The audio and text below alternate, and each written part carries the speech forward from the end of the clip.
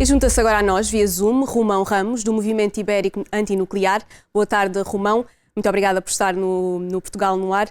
A maior central nuclear da Europa esteve em perigo esta madrugada. Estivemos aqui à beira de uma catástrofe.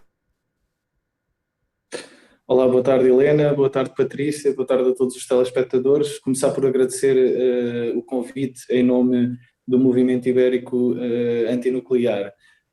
Sim, passamos uma madrugada gélida com as primeiras notícias que foram surgindo de um bombardeamento à central e demoramos bastantes horas até conseguir compreender que danos é que tinham sido causados. O rocket ou o míssil atingiu não os reatores, mas já dentro do complexo industrial da central, numa zona afastada, mas dentro desse perímetro, em alguns edifícios que servem de apoio ao complexo nuclear, mas que foi assustador até perceber-se a dimensão do que é que se estava a passar.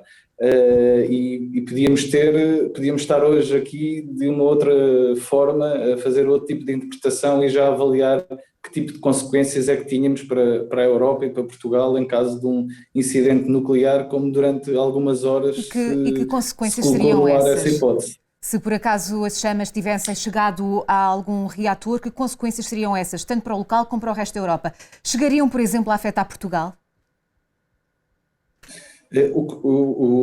A central é constituída por 6 reatores. Portanto, o acidente que nós temos maior registado na história da Europa, e fazendo algum tipo de comparação com o de Chernobyl, que só afetou um reator, e no caso desta central, se o míssil tivesse atingido uma e depois a destabilização de desencadeasse um incidente nos restantes 6, íamos ter uma repetição multiplicada do que aconteceu em Chernobyl. E o que aconteceu em Chernobyl, de imediato, foi a contaminação das águas com a radioatividade. Aqui ia-se passar essa situação exatamente igual, porque a central é arrefecida pelo maior rio da Ucrânia, o Dnipro, e depois com consequências diretas para o Mar Negro, aliás, como há uns dias tivemos aqui a oportunidade de falar.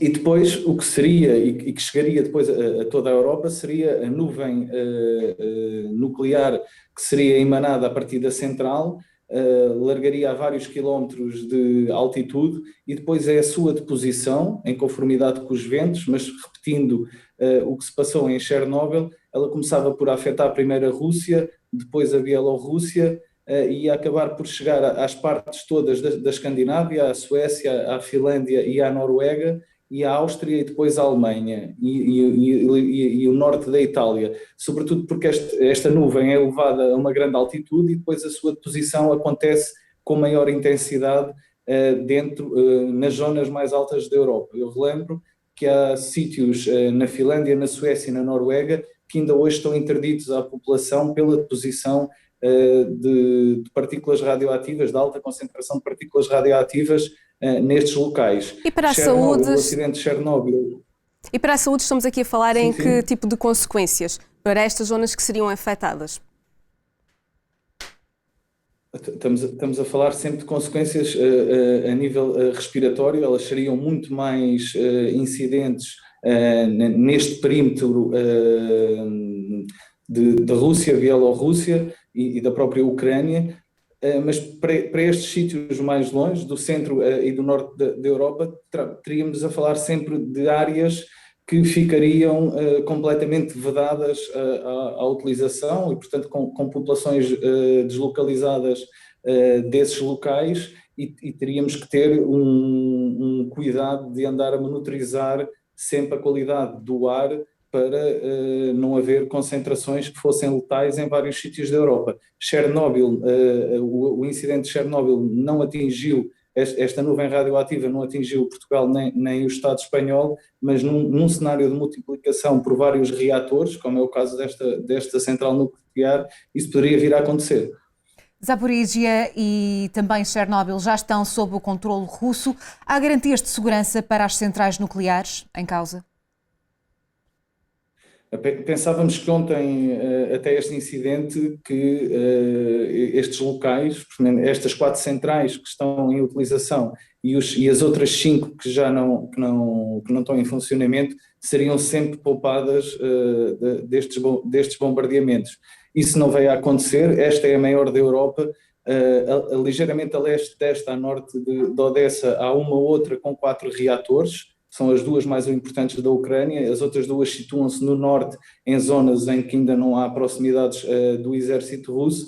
Eu penso que era de todo urgente, nesta reunião que vai haver entre a Rússia e a Ucrânia hoje de tarde, garantir que técnicos da Agência Internacional da Energia Atómica conseguem chegar às centrais, às que estão ativas e às que já estão fora de funcionamento, para garantir que os níveis de monitorização e os dados que estão a sair são completamente fidedignos e garantir que esta presença internacional pouparia também estas unidades fabris nucleares aos bombardeamentos da Federação Russa.